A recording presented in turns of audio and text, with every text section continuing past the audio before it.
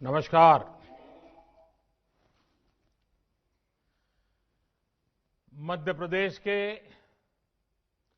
मेहनती किसान भाइयों बहनों को मेरा कोटि कोटि प्रणाम। आज के इस विशेष कार्यक्रम में मध्य प्रदेश के कोने कोने से किसान साथी एकत्र हुए हैं। रायसेन में एक साथ इतने किसान आए हैं। डिजिटल तरीके से भी हजारों किसान भाई बहन हमारे साथ जुड़े हैं। मैं सभी का स्वागत करता हूं। बीते समय में ओले गिरने, प्राकृतिक आपदा की वजह से एमपी के किसानों का नुकसान हुआ है। आज इस कार्यक्रम में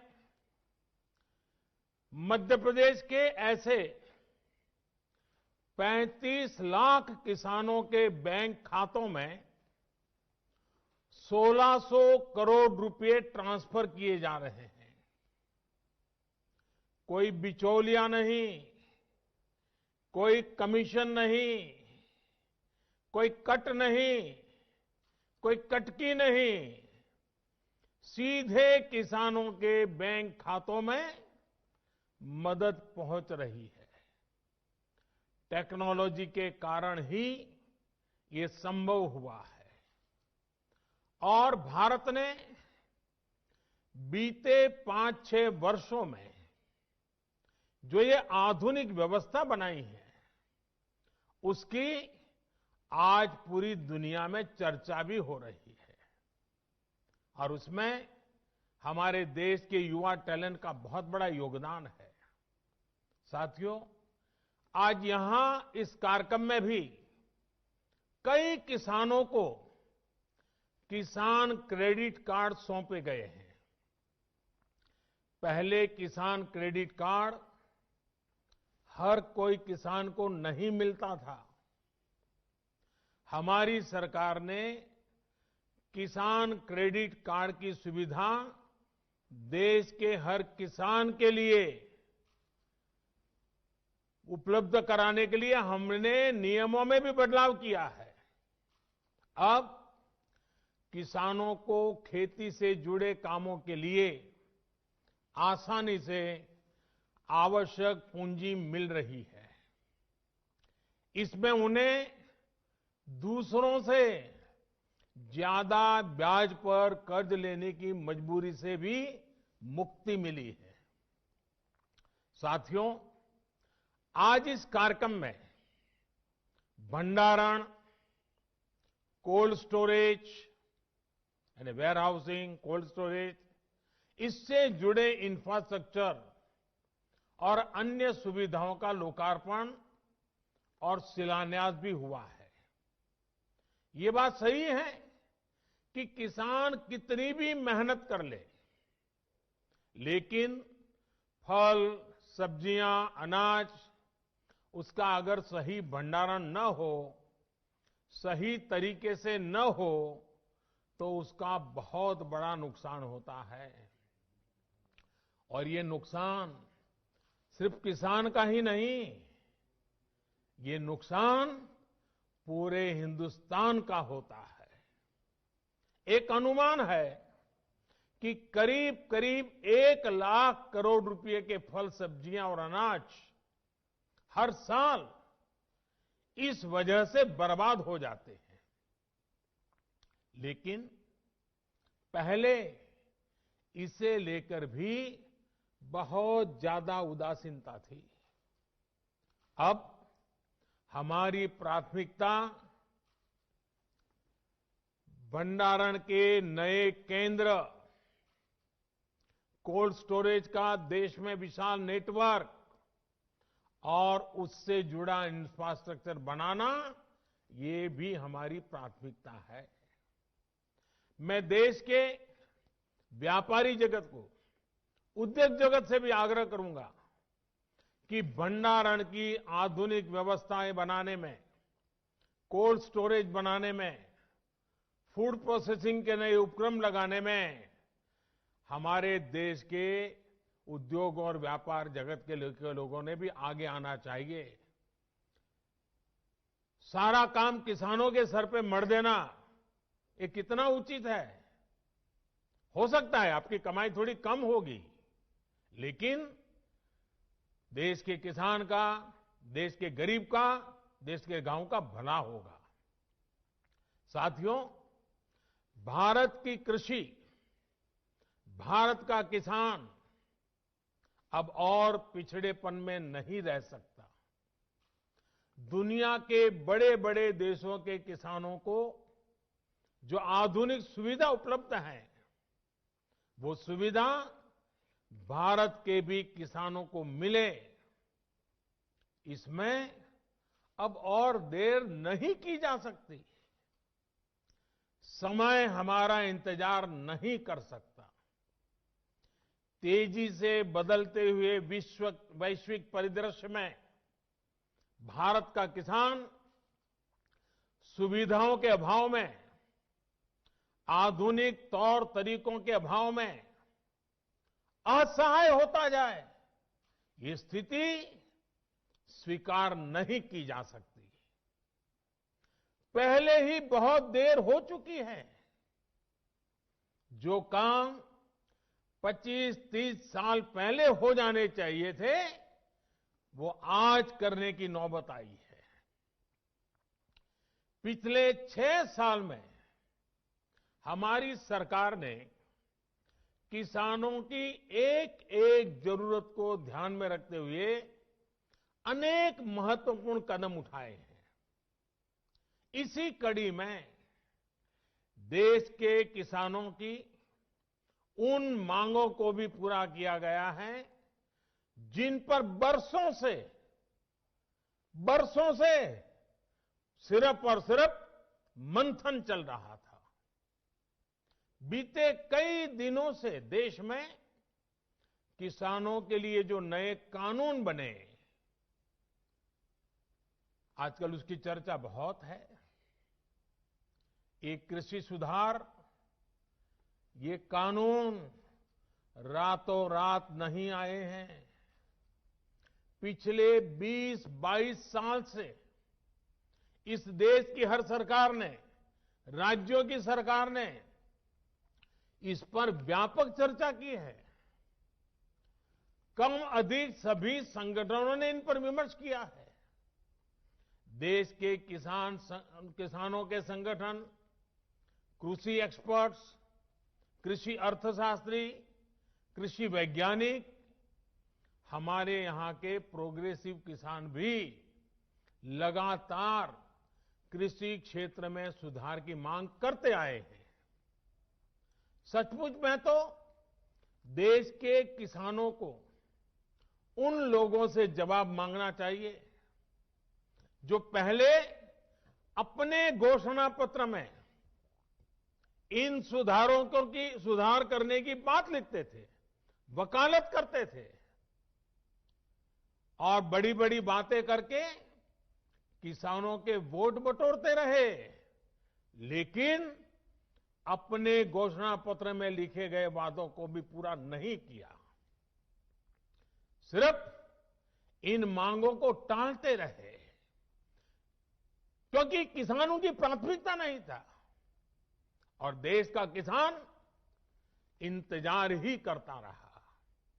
अगर आज देश के सभी राजनीतिक दलों के पुराने घोषणा पत्र देखे जाएं, तो उनके पुराने बयान सुने जाएं, पहले जो देश की कृषि व्यवस्था संभाल रहे थे, ऐसे महानुभावों की चिट्ठियां देखी जाए, तो आज जो कृषि सुधार हुए हैं, वो उनसे अलग नहीं है।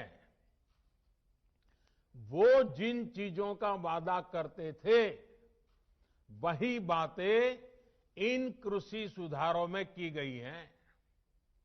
मुझे लगता है उनको पीड़ा इस बात से नहीं है कि कृषि कानूनों में सुधार क्यों हुआ।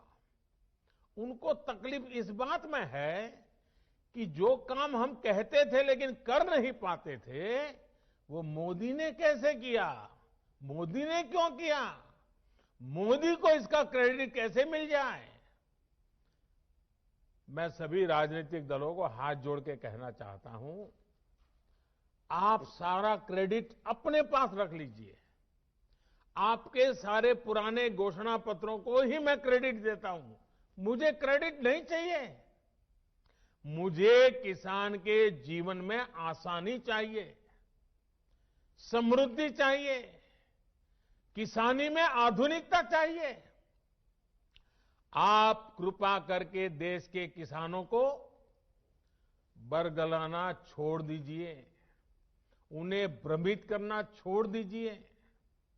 साथियों, ये कानून लागू हुए 6-7 महीने से ज्यादा समय हो चुका है, लेकिन अब अचानक भ्रम और झूठ का जाल बिछाकर अपनी राजनीतिक जमीन जोतने के खेल खेले जा रहे हैं। किसानों के कंधे पर बंदूक रखकर वार किए जा रहे हैं। आपने देखा होगा, सरकार बार बार पूछ रही है, मीटिंग में भी पूछ रही हैं, पब्लिकली पूछ रही हैं, हमारे कृषि मंत्री टीवी इंटरव्यू में कह रहे हैं, मैं खुद बोल रहा हूं कि भाई आपको कानून में किस क्लॉज में क्या दिक्कत है बताइए। जो भी दिक्कत है वो आप बताइए। तो इन राजनीतिक दलों के पास कोई ठोस जवाब नहीं होता, और यही इन दलों की सच्चाई है। साथियों, जिनकी खुद की राजनीतिक जमीन खिस गई है, वो किसानों की जमीन चली जाएगी, किसानों की जमीन चली जाएगी का डर दिखाकर अपनी राजनीतिक जमीन खोज रहे हैं। आज जो किसानों के नाम पर आंदोलन चलाने निकले हैं, जब उनको सरकार चलाने का या सरकार का हिस्सा बनने का मौका मिला था, उस समय इन लोगों ने क्या किया, ये देश को याद रखना जरूरी है। मैं आज देशवासियों के सामने, देश के किसानों के सामने, इन लोगों का कच्चा चिट्ठा भी देश के लोगों के सामने, मेरे किसान भाइयों बहनों के सामने आज मैं खुला करना चाहता हूं, मैं बताना चाहता हूं। साथियों, किसानों की बातें करने वाले लोग आज झूठे आंसू बहाने वाले लोग कितने निर्दयी हैं, इसका बहुत बड़ा सबूत है स्वामीनाथन कमेटी की रिपोर्ट। स्वामीनाथन कमीशन की रिपोर्ट आई, लेकिन ये लोग स्वामीनाथन कमेटी की सिफारिशों को 8 साल तक दबाकर बैठे रहे। किसान आंदोलन करते थे, प्रदर्शन करते थे, लेकिन इन लोगों के पेट का पानी नहीं लिहला। इन लोगों ने यह सुनिश्चित किया कि इनकी सरकार को किसान पर ज्यादा खर्च न करना पड़े, इसलिए इस रिपोर्ट को दबा दो। इनके लिए किसान देश की शान नहीं, इन्होंने अपनी राजनीति बढ़ाने के लिए किसान का समय समय पर इस्तेमाल किया है। जबकि किसानों के लिए संवेदनशील, किसानों के लिए समर्पित हमारी सरकार किसानों को अन्नदाता मानती है। हमने फाइलों के ढेर में फेंक दी गई स्वामीनाथन कमेटी की रिपोर्ट बाहर निकाला और इसकी सिफारिश से लागू की। किसानों को लागत का 1.5 गुना एमएसपी हमने दिया। साथियों, हमारे देश में किसानों के साथ धोखाधड़ी का एक बहुत ही बड़ा उदाहरण है कांग्रेस सरकारों के द्वारा की गई कर्ज माफी। जब 2 साल पहले मध्य प्रदेश में चुनाव होने वाले थे तो कर्ज माफी का वायदा किया गया था। कहा गया था कि सरकार बनने के 10 दिन के भीतर सारे किसानों का कर्ज माफ कर दिया जाएगा। कितने किसानों का कर्ज माफ हुआ? सरकार बनने के बाद क्या क्या बहाने बताए गए, ये मध्य प्रदेश के किसान मुझसे भी ज्यादा अच्छी तरह जानते हैं। राजस्थान के लाखों किसान भी आज तक कर्ज माफी का इंतजार कर रहे हैं। किसानों को इतना बड़ा धोखा देने वालों को जब मैं किसान हित की बात करते देखता हूं तो मुझे बड़ा आश्चर्य होता है। ये कैसे लोग हैं? क्या राजनीति इस हद तक जाती है? क्या कोई इस हद तक छल कपट कैसे कर सकता है? और वो भी भोले भाले किसानों के नाम पर।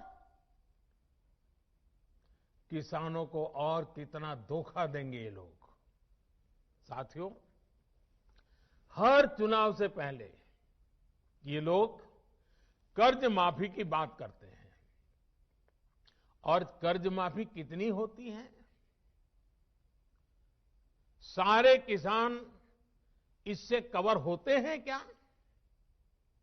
जो छोटा किसान कभी बैंक का दरवाजा नहीं देखा है, जिसने कभी कर्ज नहीं लिया, उसके बारे में क्या कभी एक बार भी सोचा है इन लोगों ने? और नया पुराना हर अनुभव ये बताता है कि जितनी ये घोषणा करते हैं उतनी कर्ज माफी कभी नहीं करते। जितने पैसे ये भेजने की बात कर रहे हैं उतने पैसे किसानों तक कभी पहुंचते ही नहीं है। किसान सोचता था कि अब तो पूरा कर्ज माफ होगा और बदले में उसे मिलता था बैंकों का नोटिस और गिरफ्तारी का वारंट। और इस कर्ज माफी का सबसे बड़ा लाभ किसे मिलता था? इन लोगों के करीबियों को, नाते रिश्तेदारों को। अगर मेरे मीडिया के मित्र अगर थोड़ा खंगालेंगे तो ये सब 8-10 साल पहले की रिपोर्ट में उन्हें पूरी तरह कच्चा चिट्ठा मिल जाएगा। यही उनका चरित्र रहा है। किसानों की राजनीति का दम भरने वालों ने कभी इसके लिए आंदोलन नहीं किया, प्रदर्शन नहीं किया। कुछ बड़े किसानों का कर्ज 10 साल में एक बार माफ हो गया, इनकी राजनीतिक रोटी सिक गई, काम पूरा हो गया। फिर गरीब किसान को कौन पूछता है? वोट बैंक की राजनीति करने वाले इन लोगों ने और इन लोगों को देश अब भली भांति जान गया है, देश देख रहा है। देश हमारी नीयत में गंगा जल और मां नर्मदा के जल जैसी पवित्रता भी देख रहा है। इन लोगों ने 10 साल में एक बार कर्ज माफी करके लगभग 50,000 करोड़ रुपए देने की बात कही। 10 साल में एक बार 50,000 करोड़। हमारी सरकार ने जो पीएम किसान सम्मान योजना शुरू की है, उसमें हर साल किसानों को लगभग 75,000 करोड़ रुपए मिलेंगे। यानी 10 साल में लगभग 7.5 लाख करोड़ रुपया किसानों के बैंक खातों में सीधे ट्रांसफर। कोई लीकेज नहीं, किसी को कोई कमीशन नहीं, कट कल्चर का नामो निशान नहीं। साथियों, अब मैं देश के किसानों को याद दिलाऊंगा यूरिया की। याद करिए, 7-8 साल पहले यूरिया का क्या होता था, क्या हाल था। रात रात भर किसानों को यूरिया के लिए कतारों में खड़े रहना पड़ता था। क्या ये सच नहीं है? कई स्थानों पर यूरिया के लिए किसानों को लाठीचार्ज की खबरें आमतौर पर आती रहती थी। यूरिया की जमकर के काला बाजारी होती थी कि नहीं होती थी? किसान की फसल खाद की किल्लत में बर्बाद हो जाती थी, लेकिन इन लोगों का दिल नहीं पसीजता था। क्या ये किसानों पर जुल्म नहीं था, अत्याचार नहीं था? आज मैं ये देखकर हैरान हूं कि जिन लोगों की वजह से ये परिस्थितियां पैदा हुई, वो आज राजनीति के नाम पर खेती करने निकल पड़े हैं। साथियों, क्या यूरिया की दिक्कत का पहले कोई समाधान नहीं था? अगर किसानों के दुख दर्द, उनकी तकलीफों के प्रति जरा भी संवेदना होती तो यूरिया की दिक्कत होती ही नहीं। हमने ऐसा क्या किया कि सारी परेशानी खत्म हो गई है? आज यूरिया की किल्लत की खबरें नहीं आती। यूरिया के लिए किसानों को लाठी नहीं खानी पड़ती। हमने किसानों की इस तकलीफ को दूर करने के लिए पूरी ईमानदारी से काम किया। हमने कालाबाजारी रोकी, सख्त कदम उठाए, भ्रष्टाचार पर नकेल कसी। हमने सुनिश्चित किया कि यूरिया किसान के खेत में ही जाए। इन लोगों के समय में सब्सिडी तो किसान के नाम पर चढ़ाई जाती थी, लेकिन उनका लाभ कोई और लेता था। हमने भ्रष्टाचार की जुगलबंदी को भी बंद कर दिया। हमने यूरिया की 100% नीम कोटिंग की। देश के बड़े बड़े खाद कारखाने जो तकनीक पुरानी होने के नाम पर बंद कर दिए गए थे, उन्हें हम फिर से शुरू करवा रहे हैं। अगले कुछ साल में यूपी के गोरखपुर में, बिहार के बरौनी में, झारखंड के सिंदरी में, ओडिशा के तालचेर में, तेलंगाना के रामागुंडम में आधुनिक फर्टिलाइजर प्लांट्स शुरू हो जाएंगे। 50-60 हजार करोड़ रुपए सिर्फ इस काम के लिए खर्च किए जा रहे हैं। ये आधुनिक फर्टिलाइजर प्लांट्स रोजगार के लाखों नए अवसर पैदा करेंगे, भारत को यूरिया उत्पादन में आत्मनिर्भर बनाने में मदद करेंगे। दूसरे देशों से यूरिया मंगवाने पर भारत के जो हजारों करोड़ रुपए खर्च होते हैं, उन्हें कम करेंगे। साथियों, इन खाद कारखानों को शुरू करने से इन लोगों को पहले कभी किसी ने नहीं रोका था, किसी ने मना नहीं किया था, किसी ने नहीं कहा था कि नई टेक्नोलॉजी मत लगाओ। लेकिन ये नियत नहीं थी, नीति नहीं थी, किसानों के प्रति निष्ठा भी नहीं थी। किसान से झूठे वायदे करने वाले सत्ता में आते रहो, झूठे वादे करते रहो, मलाई खाते रहो, यही इन लोगों का काम रहा है। साथियों, अगर पुरानी सरकारों को चिंता होती तो देश में 100 के करीब बड़े सिंचाई प्रोजेक्ट दशकों तक नहीं लटकते। बांध बनना शुरू हुआ तो 2500 साल तक बन ही रहा है। बांध बन गया तो नहरें नहीं बनी, नहरें बन गई तो नहरों को आपस में जोड़ा नहीं गया, और इसमें भी समय और पैसे दोनों की जमकर के बर्बादी की गई। अब हमारी सरकार हजारों करोड़ रुपए खर्च करके इन सिंचाई परियोजनाओं को मिशन मोड में पूरा करने में जुटी है, ताकि किसान के हर खेत में पानी पहुंचाने की हमारी इच्छा पूरी हो जाए। साथियों, किसानों की इनपुट कॉस्ट कम हो, लागत कम हो, खेती पर होने वाली लागत कम हो, इसके लिए भी सरकार ने निरंतर प्रयास किए हैं। किसानों को सोलर पंप बहुत ही कम कीमत पर देने के लिए देश भर में बहुत बड़ा अभियान चलाया जा रहा है। हम अपने अन्नदाता को ऊर्जा दाता भी बनाने के लिए काम कर रहे हैं। इसके अलावा हमारी सरकार अनाज पैदा करने वाले किसानों के साथ ही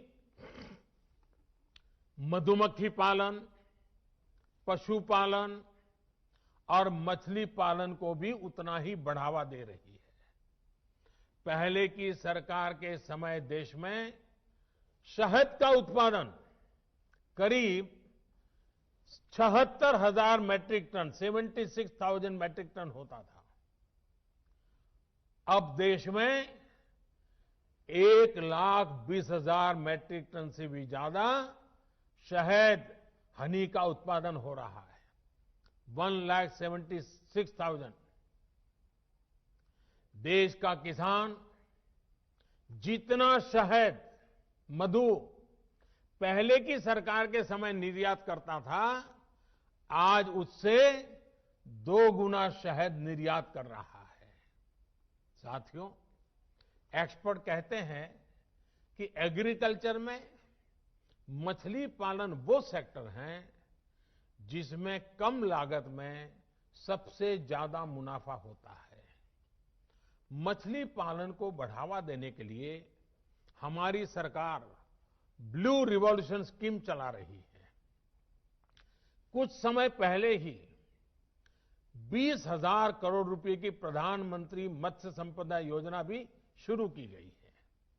इन्हीं प्रयासों का ही नतीजा है कि देश में मछली उत्पादन के पिछले सारे रिकॉर्ड टूट चुके हैं।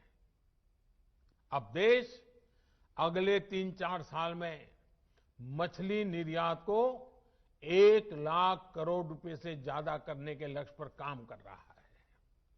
भाइयों और बहनों, हमारी सरकार ने जो कदम उठाए, हमारी राज्य सरकारों ने जो कदम उठाए, और आज देख रहे हैं मध्य प्रदेश में किस प्रकार से किसानों की भलाई के लिए काम हो रहे हैं, वो पूरी तरह किसानों को समर्पित है। अगर मैं वो सारे कदम गिनाने जाऊं तो शायद समय बहुत कम पड़ जाएगा, लेकिन मैंने कुछ उदाहरण इसलिए दिए ताकि आप हमारी सरकार की नीयत को परख सकें, हमारे ट्रैक रिकॉर्ड को देख सकें, हमारे नेक इरादों को समझ सकें, और इसी आधार पर मैं विश्वास से कहता हूं कि हमने हाल में जो कृषि सुधार किए हैं उसमें अविश्वास का कारण ही नहीं है, झूठ के लिए कोई जगह ही नहीं है। मैं अब आपसे कृषि सुधारों के बाद बोले जा रहे सबसे बड़े झूठ के बारे में बात करूंगा। बार बार उस झूठ को दोहराया जा रहा है, जोर जोर से बोला जा रहा है, जहां मौका मिले वहां बोला जा रहा है। बिना सिर पैर बोला जा रहा है। जैसे मैंने पहले कहा था, स्वामीनाथन कमेटी की रिपोर्ट को लागू करने का काम हमारी ही सरकार ने किया। अगर हमें एमएसपी हटानी होती तो स्वामीनाथन कमेटी की रिपोर्ट लागू ही क्यों करते भाई? आपने भी नहीं की थी, हम भी नहीं करते। हमने तो ऐसा नहीं किया, हमने तो लागू की।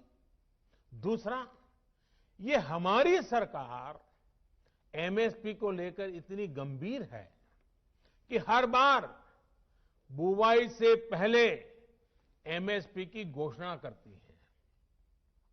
इससे किसान को भी आसानी होती है, उन्हें भी पहले पता चल जाता है कि इस फसल पर इतनी एमएसपी मिलने वाली है। वो कुछ बदलाव करना चाहता है तो उसे सुविधा होती है। साथियों, 6 महीने से ज्यादा का समय हो गया जब ये कानून लागू किए गए। ये कानून तो लागू हो चुके थे, 6 महीने पहले हो चुके थे। कानून बनने के बाद भी वैसे ही एमएसपी की घोषणा की गई जैसे पहले की जाती थी। कोरोना महामारी से लड़ाई के दौरान भी ये काम पहले की तरह किया गया। एमएसपी पर खरीदी भी उन्हीं मंडियों में हुई जिनमें कानून बनने से पहले होती थी, कानून बनने के बाद भी वही हुई। अगर कानून लागू होने के बाद भी एमएसपी की घोषणा हुई, एमएसपी पर सरकारी खरीदी हुई, उन्हीं मंडियों में हुई, तो क्या कोई समझदार इस बात को स्वीकार करेगा कि एमएसपी बंद हो जाएगी? और इसलिए मैं कहता हूं, इससे बड़ा कोई झूठ नहीं हो सकता, इससे बड़ा कोई षड्यंत्र नहीं हो सकता। और इसलिए मैं देश के प्रत्येक किसान को ये विश्वास दिलाता हूं कि पहले जैसे एमएसपी दी जाती थी वैसे ही दी जाती रहेगी। एमएसपी न बंद होगी न समाप्त होगी। साथियों, अब मैं आपको जो आंकड़े दे रहा हूं वो दूध का दूध और पानी का पानी कर देंगे। पिछली सरकार के समय गेहूं पर एमएसपी थी 1400 रुपये प्रति क्विंटल।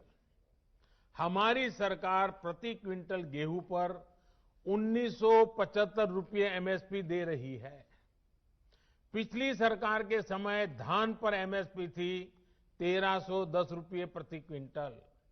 हमारी सरकार प्रति क्विंटल धान पर करीब 1870 रुपये एमएसपी दे रही है। पिछली सरकार में ज्वार पर एमएसपी थी 1520 रुपये प्रति क्विंटल। हमारी सरकार ज्वार पर प्रति क्विंटल 2640 रुपये एमएसपी दे रही है। पिछली सरकार के समय मसूर की दाल पर एमएसपी थी 1950 रुपये। हमारी सरकार प्रति क्विंटल मसूर दाल पर 5100 रुपये एमएसपी दे रही है। पिछली सरकार के समय चने पर एमएसपी थी 3100 रुपये। हमारी सरकार अब चने पर प्रति क्विंटल 5100 रुपये एमएसपी दे रही है। पिछली सरकार के समय तूर दाल पर एमएसपी थी 4300 रुपये प्रति क्विंटल। हमारी सरकार तूर दाल पर प्रति क्विंटल 6000 रुपये एमएसपी दे रही है। पिछली सरकार के समय मूंग दाल पर एमएसपी थी 4500 रुपये प्रति क्विंटल। हमारी सरकार मूंग दाल पर करीब 7200 रुपये 7200 रुपये एमएसपी दे रही है। साथियों, ये इस बात का सबूत है कि हमारी सरकार एमएसपी समय समय पर बढ़ाने को कितनी तवज्जो देती है, कितनी गंभीरता दे देती है। एमएसपी बढ़ाने के साथ ही सरकार का जोर इस बात पर भी रहा है कि ज्यादा से ज्यादा अनाज की खरीदारी एमएसपी पर की जाए। पिछली सरकार ने अपने 5 साल में किसानों से लगभग 1700 लाख मैट्रिक टन धान खरीदा था। ये आंकड़े याद रखना। हमारी सरकार ने अपने 5 साल में 3000 लाख मैट्रिक टन धान किसानों से एमएसपी में खरीदा, करीब करीब डबल। पिछली सरकार ने अपने 5 साल में करीब 3.25 लाख मैट्रिक टन तिलहन खरीदा था। हमारी सरकार ने अपने 5 साल में 56 लाख मैट्रिक टन से ज्यादा एमएसपी पर खरीदा है। अब सोचिए, कहां 3.25 लाख और कहां 56 लाख।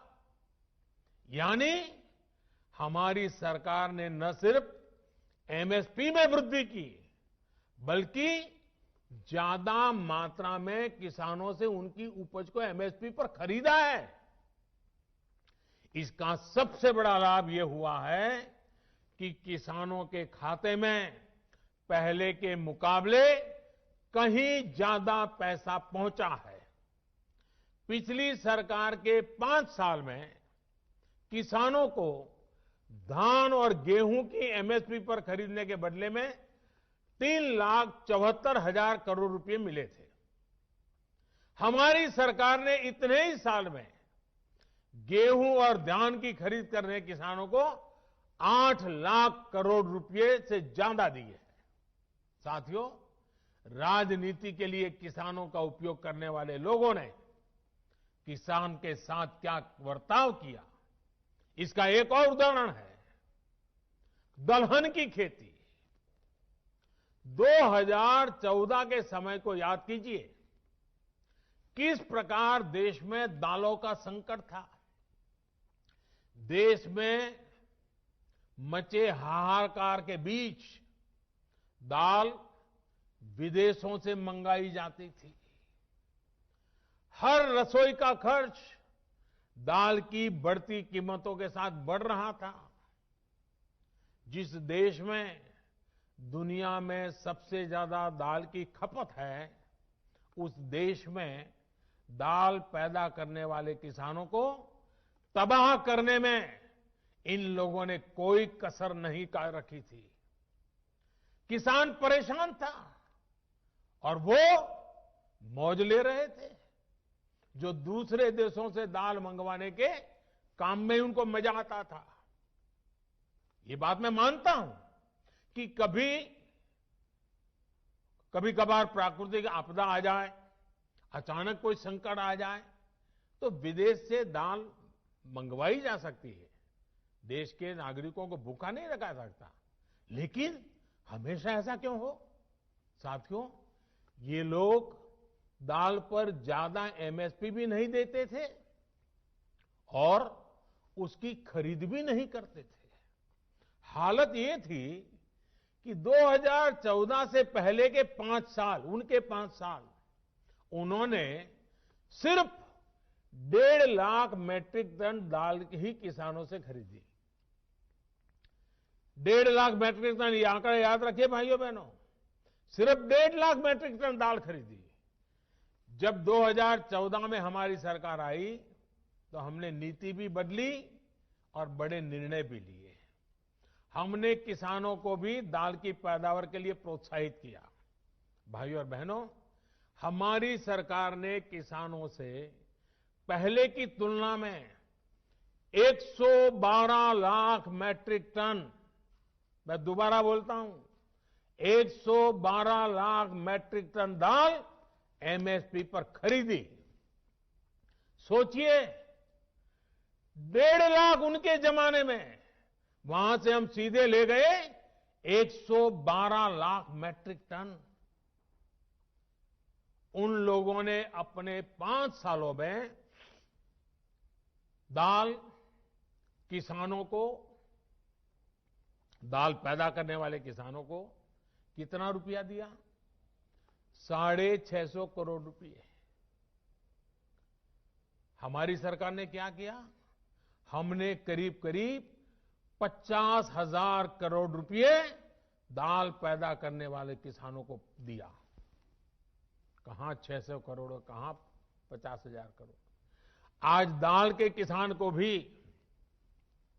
ज्यादा पैसा मिल रहा है, दाल की कीमतें भी कम हुई हैं, जिससे गरीब को सीधा फायदा हुआ है।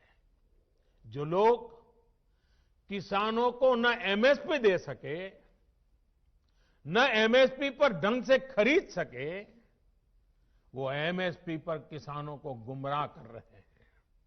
साथियों, कृषि सुधारों से जुड़ा एक और झूठ फैलाया जा रहा है, एपीएमसी यानी हमारी मंडियों को लेकर के। हमने कानून में क्या किया है? हमने कानून में किसानों को आजादी दी है, नया विकल्प दिया है। अगर देश में किसी को साबुन बेचना हो तो सरकार ये तय नहीं करती कि सिर्फ इसी दुकान पर बेच सकते हो। अगर किसी को स्कूटर बेचना हो तो सरकार ये तय नहीं करती कि सिर्फ इसी डीलर को बेच सकते हो। लेकिन पिछले 70 साल से सरकार किसानों को ये जरूर बताती रही है कि आप सिर्फ इसी मंडी में अपना अनाज बेच सकते हो। मंडी के अलावा किसान चाहकर भी अपनी फसल कहीं और नहीं बेच सकता था। नए कानून में हमने सिर्फ इतना कहा है कि किसान अगर उसको फायदा नजर आता है तो पहले की तरह जाके मंडी में बेचे, और बाहर उसको फायदा होता है तो मंडी के बाहर जाने का उसको हक मिलना चाहिए, उसकी मर्जी को। क्या लोकतंत्र में मेरे किसान भाई को इतना हक नहीं हो सकता है? अब जहां किसान को लाभ मिलेगा वहां वो अपनी उपज बेचेगा। मंडी भी चालू है, मंडी में भी आकर के बेच सकता है। जो पहले था वो भी कर सकता है, किसान की मर्जी पर करेगा।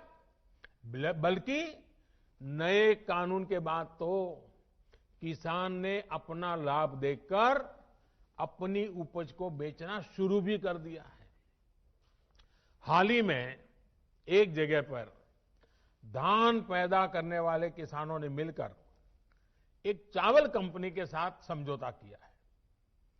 इससे उनकी आमदनी 20% बढ़ी है।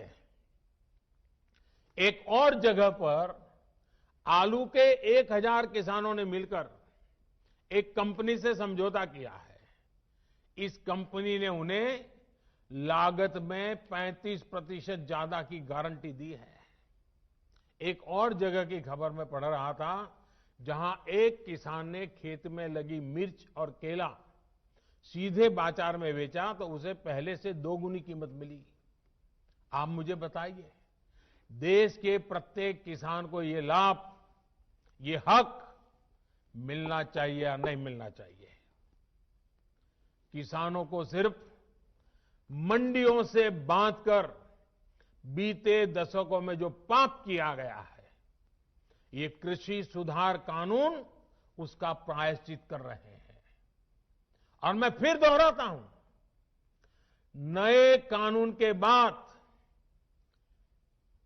6 महीने हो गए, कानून लागू हो गया, हिंदुस्तान के किसी कोने में कहीं पर भी एक भी मंडी बंद नहीं हुई है।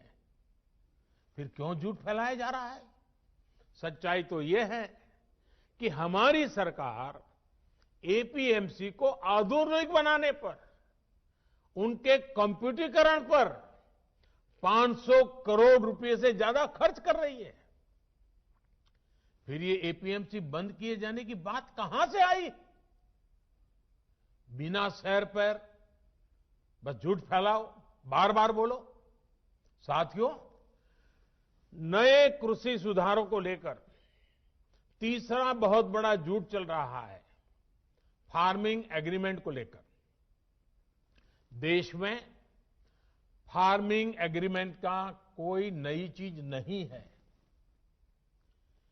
क्या कोई नया कानून बनाकर हम अचानक फार्मिंग एग्रीमेंट को लागू कर रहे हैं? जी नहीं।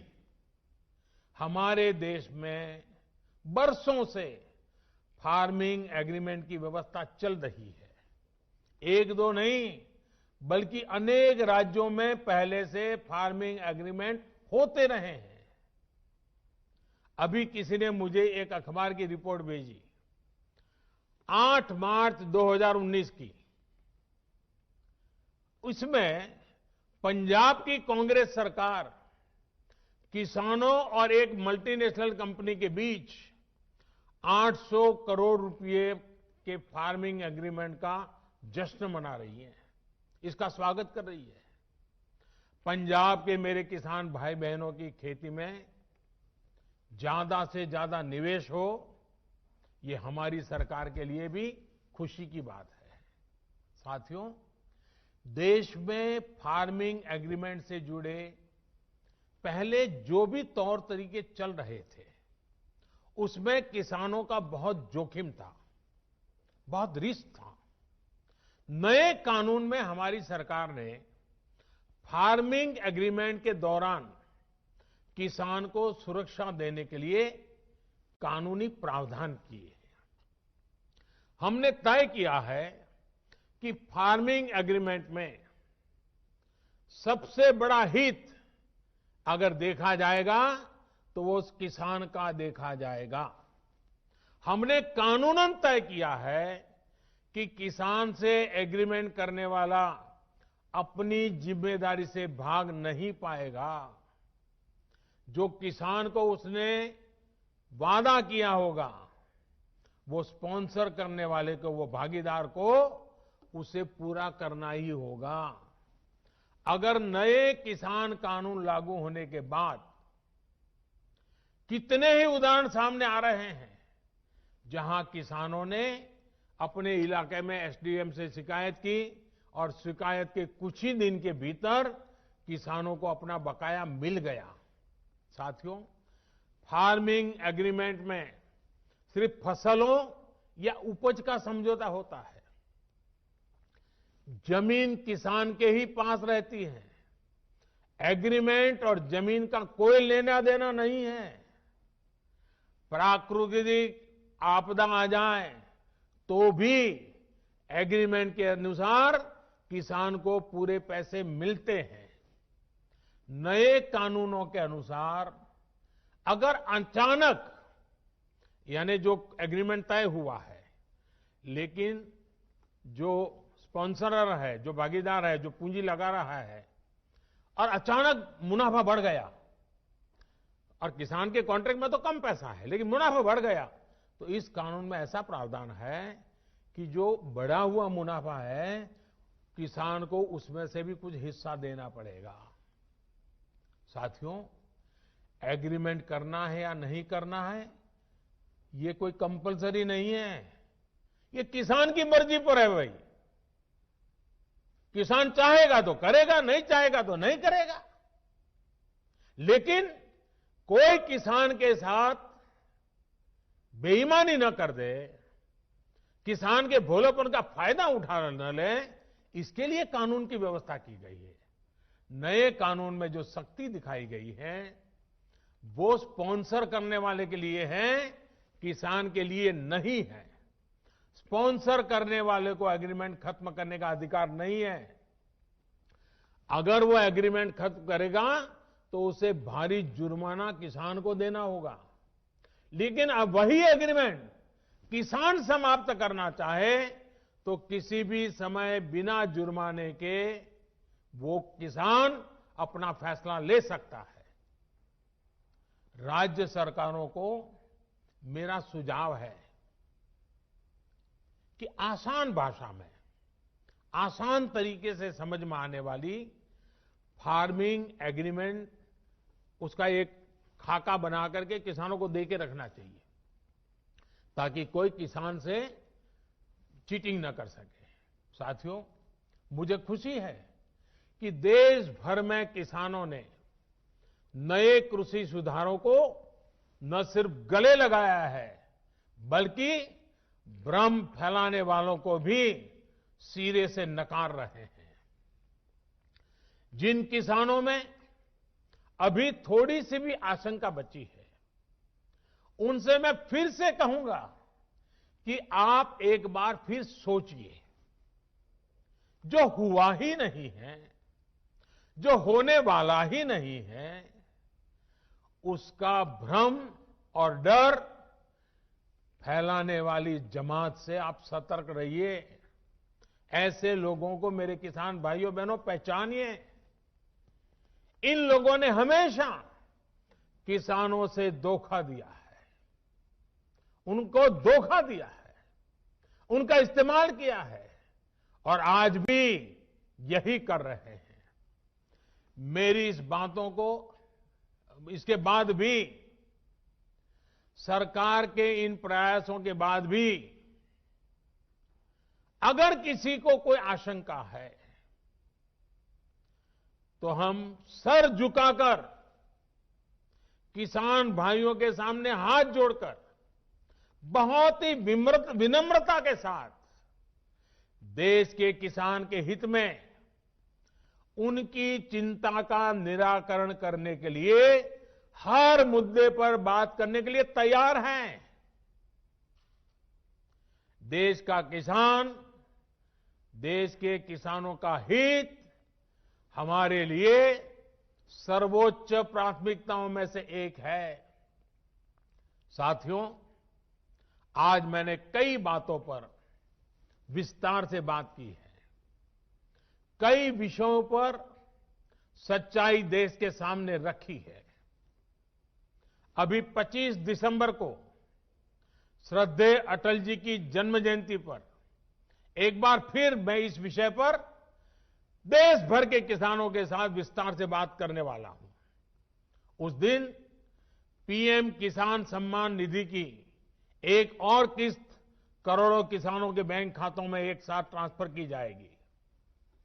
भारत का किसान बदलते समय के साथ चलने के लिए, आत्मनिर्भर भारत बनाने के लिए मेरे देश का किसान चल पड़ा है।